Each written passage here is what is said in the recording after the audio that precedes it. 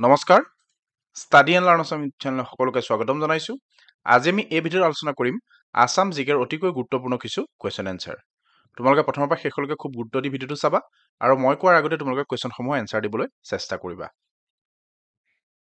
লগতে ইনফৰমেশ্যন এটা দি যাওঁ তোমালোকক আমাৰ যিখন ইবুক আছিল টাৰ্গেট এছআই এবিইউবি ইয়াত আমাৰ যিখিনি প্ৰেক্টিছ ছেট আছিল সেই প্ৰেক্টিছ ছেটৰ কুৱেশ্যনখিনিৰ আজি আমি এনচাৰ কিটো প্ৰকাশ কৰিম অৰ্থাৎ যিসকলে আমাৰ এই কিতাপখন লৈছিলা তেখেতলোকে এই তলত দিয়া হোৱাটছআপ নাম্বাৰটো এটা মেছেজ কৰি দিবা তোমালোকক আমি ইয়াৰ এনচাৰ কিটো প্ৰভাইড কৰিম যিখিনি আমাৰ প্ৰেক্টিছ ছেট আৰু নতুনকৈ যদি কোনোবাই আমাৰ পাৰচেজ কৰিব বিচাৰা তোমালোকে এই নাম্বাৰটোতে হোৱাটছআপত মেছেজ কৰি দিলে বুকখন তোমালোকে পাই যাবা তেনে পলম নকৰি আজি আমাৰ কুৱেশ্যনখিনি চাওঁ আহা ফাৰ্ষ্ট কুৱেশ্যনত দিয়া হৈছে who is the first Assamese women to win international gold medal in sports ক্ৰীড়াৰ ক্ষেত্ৰত আন্তঃৰাষ্ট্ৰীয় পৰ্যায়ত স্বৰ্ণ পদক লাভ কৰা প্ৰথম অসমীয়া মহিলা কোন আছিল এনেধৰণৰ কুৱেশ্যন আহিলে আমাৰ অকণ কনফিউজ হোৱা দেখা যায় ইয়াৰ এনচাৰটো কি হ'ব বাৰু অপশ্যন এত আছে হিমা দাস বিত আছে অংকুশিতা বড়ো চিত আছে মনালিছা বৰুৱা মেহতা আৰু ডিত আছে মিঠু বৰুৱা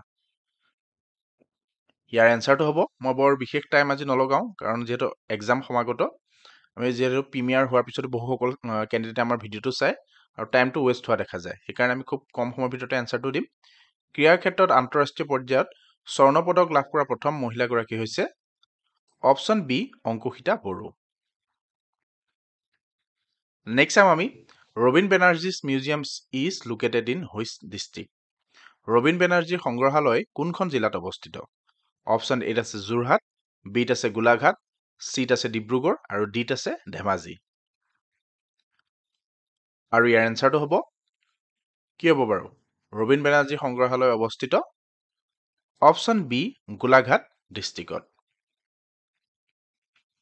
নেক্সট চাম আমি এটা দিয়া হৈছে কি right to information act in India came fully into force in ভাৰতত তথ্যৰ অধিকাৰ আইন সম্পূৰ্ণৰূপে কেতিয়া বলবৎ কৰা হৈছিল আৰু ইয়াৰ অপশ্যনত আছে অপশ্যন এ অক্টোবৰ 2008 বিত আছে জুন 2005 চিত আছে জুলাই 2008 আৰু ডিত আছে অক্টোবৰ 2005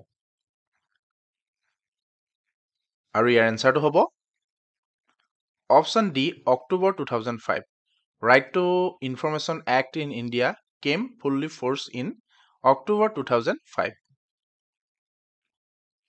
নেক্সট চাম আমি ISRO' headquarter is located in ইছৰৰ মুখ্য কাৰ্যালয় ক'ত অৱস্থিত চাৰিটা অপশ্যন আছে option A Delhi B Chennai C Mumbai D Bangalore আমি সকলোৱে জানো ইছৰৰ মুখ্য কাৰ্যালয় অৱস্থিত অপশ্যন ডি বেংগলোৰ লগতে তোমালোকে কমেণ্ট কৰি যাবা এই ইছৰৰ ফুল ফৰ্মটো কি হয়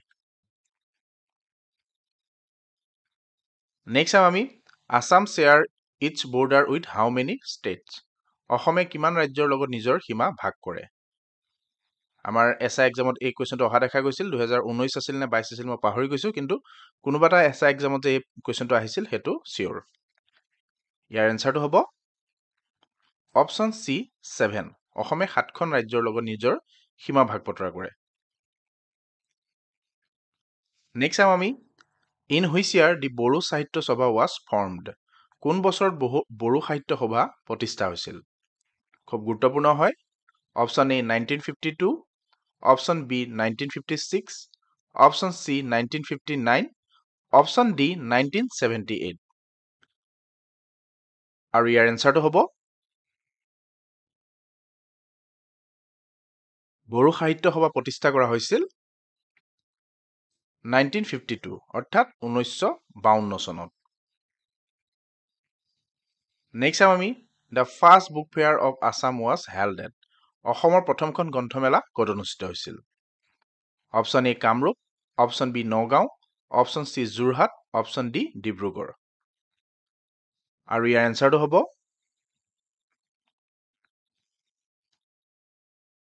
অসমৰ প্ৰথমখন গ্ৰন্থমেলা অনুষ্ঠিত হৈছিল অপশ্যন বি নগাঁৱত নেক্সট চাম আমি which city of Assam has the largest dry fish market of Asia অসমৰ কোনখন চহৰত এছিয়াৰ ভিতৰতে সৰ্বাধিক শুকান মাছৰ বজাৰ আছে খুব ইম্পৰ্টেণ্ট হয় ইয়াৰ এনচাৰটো কি হ'ব বাৰু অপশ্যন এত আছে টংলা বিত আছে জাগিৰোড চিত আছে ধুবুৰী আৰু ডিত আছে তিনিচুকীয়া অসমৰ জাগিৰোডত এছিয়াৰ ভিতৰতে সৰ্বাধিক শুকান মাছৰ বজাৰ আছে। So' option B is the right answer. Next চাম আমি the currency of Japan is known as. জাপানৰ মুদ্ৰাক কি নামেৰে জনা যায়? আমাৰ এক্সামত এই কুৱেশ্যনটো ৰিপিটেডলি আহি থকা দেখা যায়, সেইবাবে ইয়াতে ইনক্লুড কৰিছোঁ। তোমালোকে কমেণ্ট কৰি জনাব পাৰা জাপানৰ মুদ্ৰাক কি নামেৰে জনা যায়।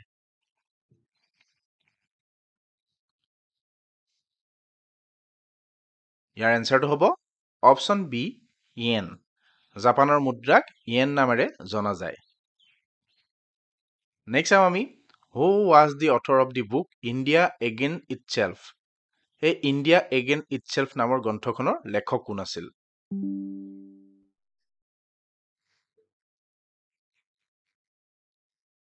তোমালোকে অপশ্যন দিয়া ধৰিব পাৰিছে চাগে। অপশ্যন এ আছে ডক্টৰ হীৰেণ গোহাঁই, বিত আছে ডক্টৰ মামণি ৰয়ছম গোস্বামী, চিত আছে হোমেন বৰগোহাঁই আৰু ডিত আছে ডক্টৰ সঞ্জীৱ বৰুৱা।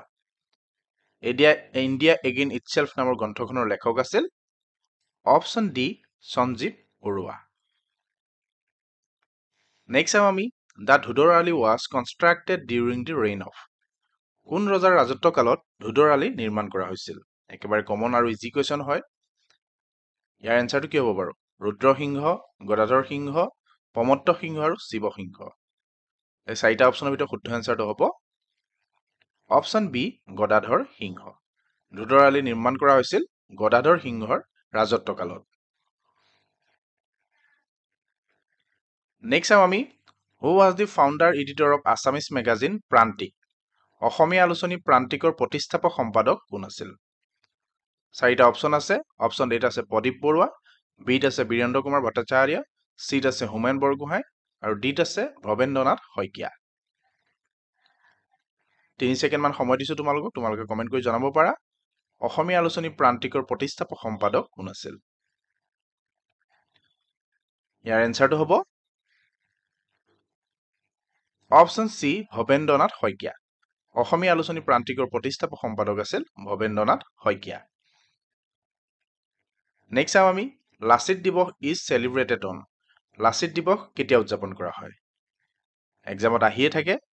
লাচিত দিৱস উদযাপন কৰা হয়, সময় নালাগিব চাগে তোমালোকক, অপশ্যন ডি 24 নৱেম্বৰ। নেক্সট চাম আমি which river originated from Tibet and enters into the India through Arunachal Pradesh. কুৱেশ্যনটো খুব ভালদৰে চাবা, ইজি হয়, আমি কুৱেশ্যনটো পঢ়িব লাগিব। কোনখন নদী তিব্বতৰ পৰা উৎপত্তি হৈ অৰুণাচল প্ৰদেশৰ মাজেৰে ভাৰতত প্ৰৱেশ কৰে? কুৱেশ্যনটো পঢ়িলে আমি বুজি পাম। ব্ৰহ্মপুত্ৰ নদীখন তিব্বতত উৎপত্তি হৈ অৰুণাচল প্ৰদেশৰ মাজেৰে আহি ভাৰতত প্ৰৱেশ কৰে।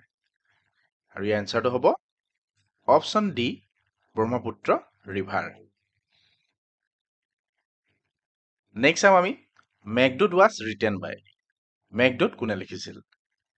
একেবাৰে ইজি আৰু কমন কুৱেশ্যন। মেঘদূত লিখিছিল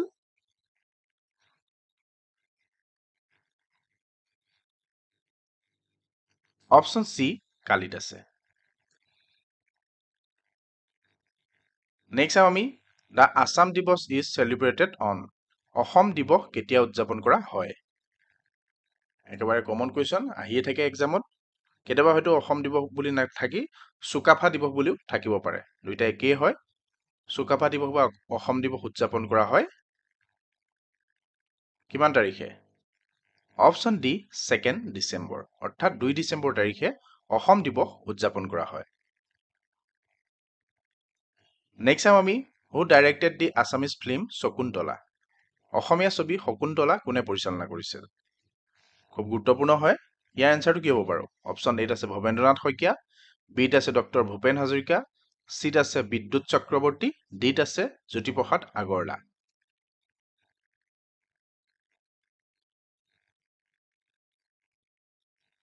অসমীয়া ছবি শকুন্তলা পৰিচালনা কৰিছিল ডক্টৰ ভূপেন হাজৰিকাই। So' option B is the right answer. Next চাম আমি the Lachit Borphukan's Maidam is located in. Lachit বৰফুকনৰ মৈদাম ক'ত অৱস্থিত? Option A Sivasagar, option B Jorhat, option C Dibrugarh, option C Dibrugarh, option D Guwahati. ইয়াৰ এনচাৰটো হ'ব অপশ্যন বি যোৰহাট। লাচিত বৰফুকনৰ মৈদাম অৱস্থিত যোৰহাটত। নেক্সট চাম আমি who was the first chief justice of Guwahati high court. Guwahati উচ্চ ন্যায়ালয়ৰ প্ৰথম মুখ্য ন্যায়াধীশ কোন আছিল? চাৰিটা অপশ্যন আছে। এই চাৰিটা অপশ্যনৰ ভিতৰত শুদ্ধ এনচাৰটো হ'ব অপশ্যন এ R.F. লজ, অৰ্থাৎ গুৱাহাটী উচ্চ ন্যায়ালয়ৰ প্ৰথম মুখ্য ন্যায়াধীশ আছিল R.F. লজ। নেক্সট চাম আমি who was the first speaker of Assam assembly. Assam বিধানসভাৰ প্ৰথম অধ্যক্ষ কোন আছিল?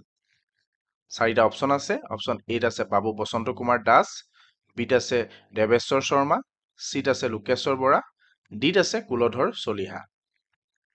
অসম বিধানসভাৰ প্ৰথম অধ্যক্ষ আছিল, তোমালোকে কমেণ্ট কৰি জনোৱা। Option A Babu Basanta Kumar Das. Next চাম আমি name the place where the Manas river join the Brahmaputra river.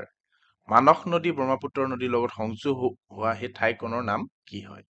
খুব গুৰুত্বপূৰ্ণ হয়, এক্সামত এই কুৱেশ্যনটো অহা দেখা গৈছিল। ইয়াৰ এনচাৰটো হ'ব কি হ'ব? অভয়াপুৰী, যোগীঘোপা, বৰপেটা। আৰু অপশ্যন ডিত আছে নান অফ দি এবভ, মানে ওপৰত থকা এটাও নহয়। মানস নদী আৰু ব্ৰহ্মপুত্ৰ নদীৰ লগত সংযোগ হোৱা যিখন ঠাই সেই ঠাইখনক কোৱা হয় বা সেই ঠাইখনৰ নাম হৈছে অপশ্যন বি যোগীঘোপা, মনত ৰাখিবা। নেক্সট চাম আমি which north eastern state is also' called the land of the rising sun. উত্তৰ পূৰ্বাঞ্চলৰ কোনখন ৰাজ্যক land of the rising sun বুলিও কোৱা হয়? Option A Assam, option B Manipur, option চিত আছে অৰুণাচল প্ৰদেশ, আৰু অপশ্যন ডিত আছে ত্ৰিপুৰা।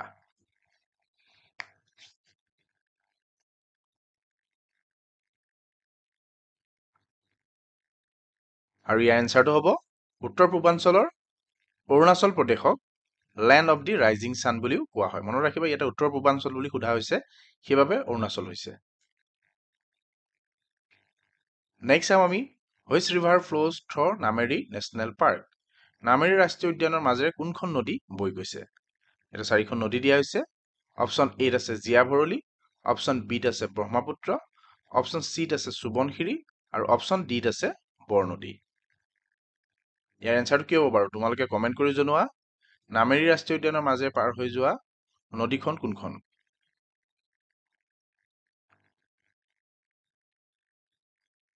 ইয়াৰ এনচাৰটো হ'ব অপশ্যন এ জীয়া ভৰলী। ধন্যবাদ। আজিলৈ ইমানেই আছিল। আজি খুব কম কুৱেশ্যন ডিছকাছ কৰিলোঁ। নেক্সট পৰ্যায়ত আমি অধিক কুৱেশ্যন ডিছকাছ কৰিবলৈ চেষ্টা কৰিম। ইমানলৈকে তোমালোকে আমাৰ ভিডিঅ'টো চাই থকাৰ বাবে সকলোকে অশেষ ধন্যবাদ থাকিল। আগন্তুক দিনত আমাৰ গুৰুত্বপূৰ্ণ ভিডিঅ'বোৰ পাবৰ বাবে আমাৰ চেনেলটো ছাবস্ক্ৰাইব কৰি ৰাখিবা।